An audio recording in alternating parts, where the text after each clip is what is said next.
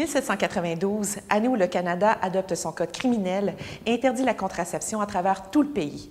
Il faudra attendre en 1970, dans un Québec en pleine révolution, pour qu'un important recueil canadien soit publié et soit commandé par dizaines de milliers aux États-Unis. Le tabou autour de l'éducation sexuelle commence tranquillement alors à s'estomper. The Handbook, ce qu'on appelait The Handbook, en fait, était un petit manuel de la contraception créé par des étudiants et des étudiantes de l'Université McGill en 1968, dans un contexte où la contraception était illégale à l'échelle du Canada. Et donc, un certain nombre d'étudiants et d'étudiantes ont décidé, bon, étant donné les mœurs qui changent, étant donné le fait que les étudiants ont de plus en plus des relations sexuelles avant le mariage, ce serait très important d'avoir des informations fiables concernant la contraception.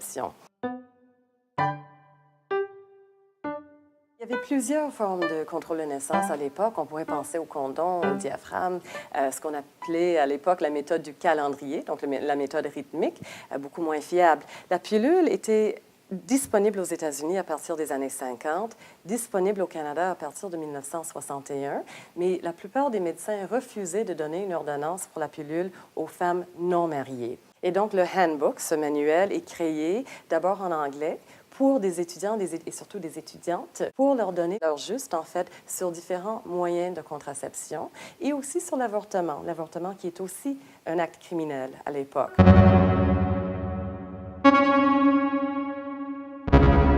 Il y a aussi un contenu féministe très marqué, un contenu progressiste de gauche très marqué.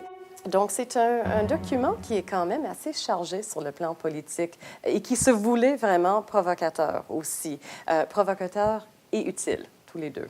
Assez rapidement, déjà en 70, le manuel va être traduit en français. Très rapidement, le comité étudiant à McGill va recevoir des demandes de la part des étudiants et surtout des étudiantes ailleurs au Canada, aux États-Unis.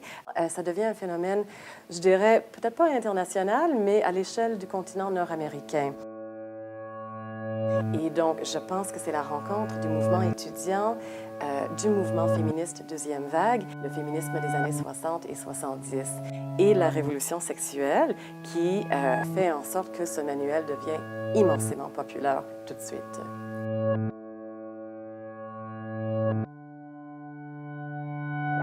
Je dirais que dans les cercles étudiants, dans les milieux étudiants, tant au Québec qu'au Canada anglais qu'aux États-Unis, ça a été très bien reçu. Puis il y avait un peu le sentiment de « enfin ». Une étudiante qui a été interviewée après qui a dit que auparavant, les seules infos de nature anatomique qu'elle avait, elle les avait apprises de la boîte de Tampax, en fait. Et donc là, elle avait pour la première fois de vraies informations sur son corps à elle, sur la contraception, sur la conception aussi, comment on tombe enceinte.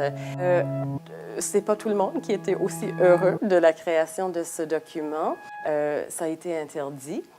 Il y a la petite ville ou le village de Pembroke, en Ontario, par exemple, où le maire de la ville a dit « Non, on n'accueille pas ce petit manuel chez nous ». En même temps, je pense qu'au Canada, au Québec, tout le monde est conscient que la décriminalisation de la contraception s'en vient.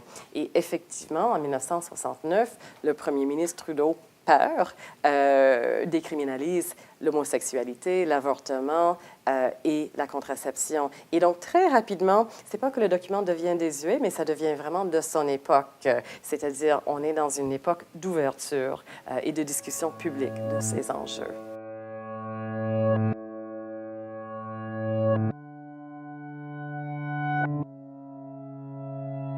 Donc, à l'école, on a eu quelques cours d'éducation sexuelle.